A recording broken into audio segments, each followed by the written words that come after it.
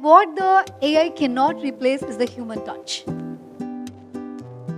So, emotional intelligence is something that the robots are going to find it really hard.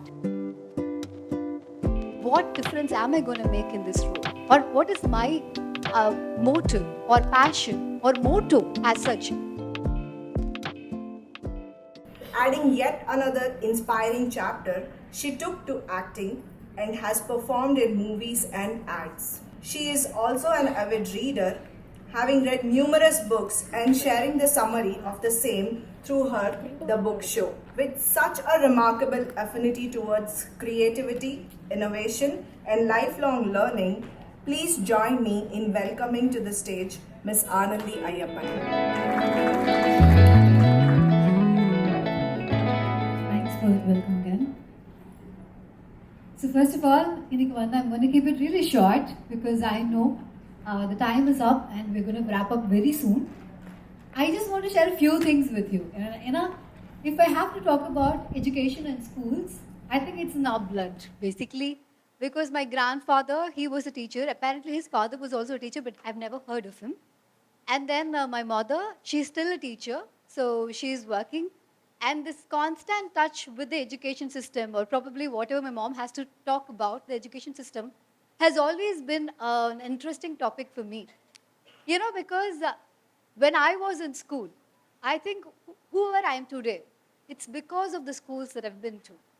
And I really want to give the credit to every teacher or the principal or anybody who's been there for me, even a librarian who I remember really well. So they have inspired me to become whatever I'm today, even without me knowing. So whenever we speak about AI, they say AI is really smart. They're trying to make it even more smarter. But, by trying to understand us much better than we ourselves could. That is sometimes scary, but the progress always happens with change. And changes are scarier, and we are scared because we're all human beings. And what the AI cannot replace is the human touch. And when it comes to leadership, I can get to know enough number of things through AI, through Google Gemini or whatever AI platform that's available. I know my nephews, my niece, they all do. They have questions, they ask the AI, they get the answers. So things have been like that even before the AI came in. We always felt as a kid that we know much better. And we always felt the teachers, they are all from a different era. How can you guys know better than us? This was the kind of attitude we had even when we were kids. And now with the AI, I think it's much more than that. Now the kids know that they can know a lot of stuff through the internet. They can get to know multiple things which even we are not aware. Probably that's not even discovered yet.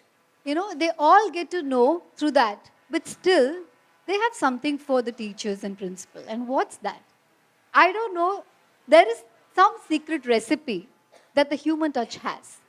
And that's why the leadership can never die. However, the advancements are going to come in the future, and there are going to be multiple changes in the future. But I know a touch of a hand, someone telling the student or somebody that I see you. I see that you could do this. So when I think I was new to a school. So I did my first to seventh standard. I was very comfortable in one school. I didn't want to quit that school just because of one reason. Because the principal, when I wanted to go get the TC, the principal, she was like, do you really want her to take out her from this school? Because I think the school needs her. That meant a lot to me as a kid. I don't know what I meant to the school. I was just a good dancer. I loved to dance. I loved to own up the stage. So that was what I loved. But I didn't realize that the principal had took notice. Now when he was talking about the robot, that he was saying that the robot can notice. It can figure out whether you're all listening. It can point you out if you're not listening. But back then, when the advantages were not, that the technology was not developed, there was this principal who knew that I could add something to the school.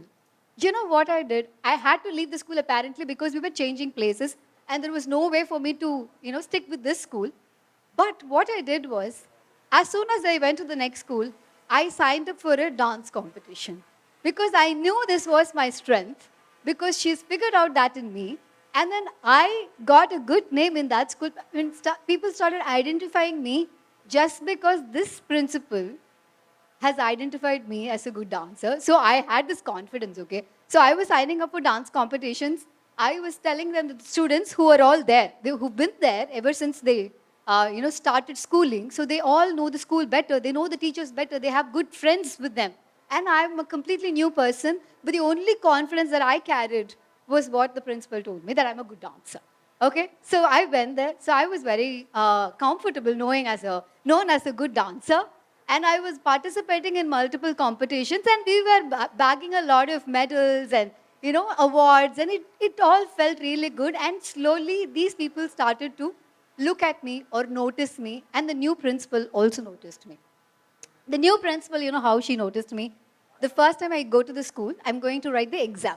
Okay, so I'm telling you all this because these are the small things that you could just do, like like of a hair, but it means a lot to somebody, and they're going to become somebody. And this principal, when I went there, I was just going to meet her. I've not signed up for the school. This was my second school. I'm not naming the schools here because you might be from that school as well. Okay? So I don't want to give particular credit to these schools alone, because I know there are so many schools, they're doing so good, and I got to learn only in 3 schools. So I don't want to name them. So in my second school, what happened was, so as soon as I entered, I just smiled at her. A simple smile, doesn't hurt. I am someone who smiles at everybody. You just look at me for a while, I'll smile at you. You're smiling at me. I can see you. So I am someone who just smiles at anybody. I don't listen to my parents saying, don't smile at strangers. I have never stopped smiling at strangers, and it has not done any harm to me so far. So I believe in smiling at anybody. So I just smiled at her. And she was like, you're already doing what the school believes in. And I was like, what is she talking about? And I look at the things that I kept in her table and everything. It's just that keep smiling. I'm like, a motto of the school is just keep smiling. It's that simple. And she's like, you already have the motto.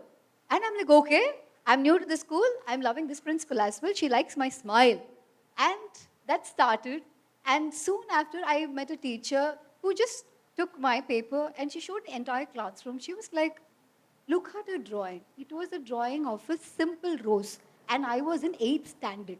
It is not very difficult to draw a simple rose. I think you might agree. It is a very simple rose with a plant-like attachment, blah, blah, blah. I drew. I'm not a kindergarten student to be praised for a drawing. But then probably this biology teacher, she felt, I'm really new to the school. And she wanted the students in our class to know me. So what she did was a simple thing. She took up my paper. She's like, she's drawn this so beautifully. What's your name, my child? And I was like, okay.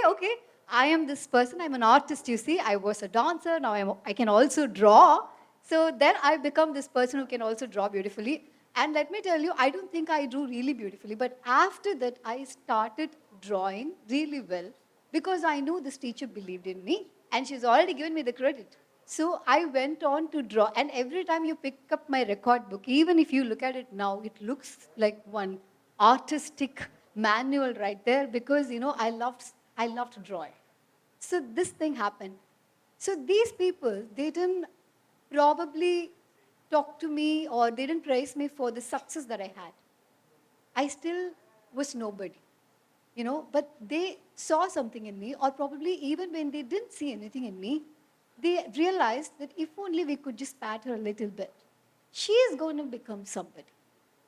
And in my life, I generally give credits to all the teachers because I got this, this trust in myself, the belief in myself, only after people found out that in me much before I did. So this happened when I joined the radio. So I was, I came to Chennai as a newbie. I am from Coimbatore. So when I shifted to Chennai for work, it was quite difficult for me. Because, I thought Chennai is a metro city. People are quite modern. And we being from Coimbatore, we might not know the things that are happening here. This is the place of Collywood, the center point for the media. It is much more than that. So I was quite scared. And there was this boss of mine. The very first day I go meet her, there is something on her table. Okay? That table has something that says, finishing your work on time and leaving your office on time is one of the greatest things that you could do for yourself and for the people in the office. And I was like, okay, now she will just let me go at 6 p.m. Is that so? See, the boss has a very individual idea and she's put it up there. She believes in it and she is setting the tone for the entire office. And that felt really good. And she told me one thing in our radio, the RJs are the faces of the channel, not the boss here, not the salespeople. The RJs, you are the face of the channel. You get to decide whether or not you want to speak about certain things. I mean, the responsibility that you bestow, a very good leader will definitely do that. When they bestow you with a responsibility, you feel you're capable of much more than that. Now, suddenly I feel I can run the entire radio station. You know, that kind of confidence was given by one of the bosses. So I am now recounting all this experience because of one thing. You know, I've understood from various books that I have read that the leadership is much like motherhood, where a mother is not just taking care of herself, she's aware of her emotions, she might be aware of certain things, but now she's not only regulating her emotions, she's also trying to regulate somebody else's emotions, trying to understand how this child is going to be. So, when it comes to emotional intelligence, that's where we are talking today, that's where we are coming in. So, emotional intelligence is something that the robots are going to find it really hard. Because when we don't know ourselves, sometimes it's, you know, I have to wonder whether the robots can really do. And even if they do, you heard the voice, right? It was just monotonous. You know, it can probably sing a lullaby, but I want a sneeze in between, a cough in between, or something like a mom says, "Ah, தூங்குடி என்னம்மா அது பண்ணிட்டியா?" And then coming back to it, it all adds to that personalization. And any leader who is in the organization or in the school or in the college, when you can personalize your own role, that brings a lot of difference to the students. I've seen multiple principals in the same school, but the school was not the same. The school is different with every principal. The class is different with every teacher. Life is different with every experience. So, as leaders, what we could bring to the table. Yes, I am a principal of the school, but what difference am I going to make in this role? Or what is my motive or passion or motto as such? Because the organizations, they have their mottos, and if you really believe in it, you will also attach yourself to it. Sometimes when the teachers or a person, they have a value or a motto attached to them, you remember them for a lifetime. I still remember the librarian I met in my 5th standard. So this guy was there. We were all in the library, young children we were. And there was one guy who was continuously sneezing, coughing. So immediately the librarian took out his kerchief. He just gave him. And he was like, "No, I don't want to use it. You might have used it." That kid was smart, okay? He was one of the smartest guys in our class. I hated him back then, but it doesn't matter now. So suddenly, I was also, you know, I was about to agree with him, right? He is right. This guy is sneezing, coughing, and the librarian just like that is taking a hanky out of him and then handing it over.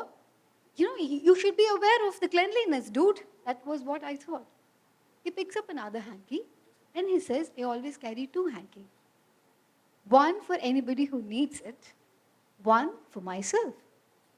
And this I remember even now, which happened actually when I was in 5th grade. You know, even now, more than the principal of that school, I remember this guy because this guy had a personality. He had something in him that made me remember him after a long time. And the school or the system or the society, just like the AI, it's completely changing. The teachers or the principals who raised us, they at least had a clarity, you know, this is what is going to happen. Probably a little bit deviation here and there, but this is what is going to happen in few years. I'm preparing you to be a doctor, to be an engineer, whatever. But now times are changing. I don't even know what the student will become or whether what they are learning will be fit for the society that they are going to face. So with the constant change that is happening, the children are also changing, the society is also changing with a rapid force and pace, and they're all dependent on you. And if somebody is dependent on you, it's a huge responsibility. I think it falls on every leader out here But as a leader, if I have to tell you one thing which I've learned through multiple books, which I just want to suggest, I'm not even going to tell you because you might already know it. Probably you didn't think about it today, or probably this moment. So I'm just going to remind you what I really loved about being a leader, or what I love about the leaders. So first thing is, as human beings, I want to really emphasize this word human beings. We are great at so many things which we might not be aware. So the first thing is self-awareness. When it comes to your emotions, being self-aware of who you are and what puts you down, what makes you happy. Because I've had teachers with whom I can't even say hi because I know that would put them down. And I don't even know whether the teacher knows that. But I'll be like, if only she knows, it's not me who's putting her down. She just doesn't enjoy anybody interrupting her when she's working. If only she knew it, she could have actually communicated to me better. And I wouldn't have been scared of her. So I think the time is changing where the students are not wanting to be scared of, the leaders or people who are leading them. The thing is, if you can just be self-aware and knowing what your strengths and weaknesses are and able to communicate with the children, they are going to learn much more from you than just witnessing whatever you're going through. So that is one thing. Second is the regulation. Self-regulation is what they do. I mean, the first, when you are aware of your emotions, the next one is the self-regulation, because you know you're angry, but how are you going to handle that anger? That is the second thing. Or if you're sad, or if you're depressed, or if you're annoyed by a student in your class, you really don't like that kid. It is still fine. We are all humans. We can't like everybody. But being aware of that fact, that will set you apart from the other people in knowing that you personally don't like that kid. The kid is not unlikable. The kid is not bad. But probably he or she doesn't fit the kind of persona that you might like. But being aware of that probably helps the children as well, because then they know they are probably called out for their actions and not for who they are. Because when I was young, and I was once called to the principal office. I want to finish this with this, because the time is up. I wanted to tell you this because when I was called for the principal office, I was called for one thing. The entire school was looking at me because we were all writing exams, and there is an announcement in the speaker saying, I want these 4 people to the principal's room. And that's not a very pleasant thing to hear when you are a student. Now I wouldn't mind, but back then I was like, okay. And the 4 names also, that is one friend of mine and then 2 guys. Okay, so 2 girls and 2 guys being called to the principal's office. We were teenagers, okay? And we were waiting for the school to end. Soon after the school ends, I see my father coming to the principal's room. So then I realized all our parents have been called too. We have done a terrific crime. What we've done, so these guys, they gave us love letters and we had to tell them no. That is what we've done. But the principal, she didn't take enough effort to even understand what as students we were going through. We are teenagers, these all happens, but how do you deal with it matters the most during those complicated situations. So what happens when one student is crying, my friend is crying, her father is like one devil right now, I can't even say hi to him. And then she walks up. There is this guy, his parents are beating, and then he's up there. And there's another guy whose parents didn't come. They didn't even want to own up the child because he gave a love letter to a girl. So they disowned him. And last was my father. So he came in. He was like, who's the guy, that guy? I said, yeah. Okay. And then we went to the principal's office. And then he was like, principal was like, okay, so she is Ananthi. Okay, this Ananthi, okay, this guy has called her. So, do you get calls from a number? And then when you attend, they don't speak. But then when she attends, they speak. My dad was like, yes, multiple calls. Okay. So you're aware that your girl talks to somebody? Of course. I don't ask, but she does. And then she was like, yes, sir, that's why you're here. That, some random guy in her classroom has given her a love letter. And this girl has said, no, I don't know, but this was what was happening, sir. We wanted you to know.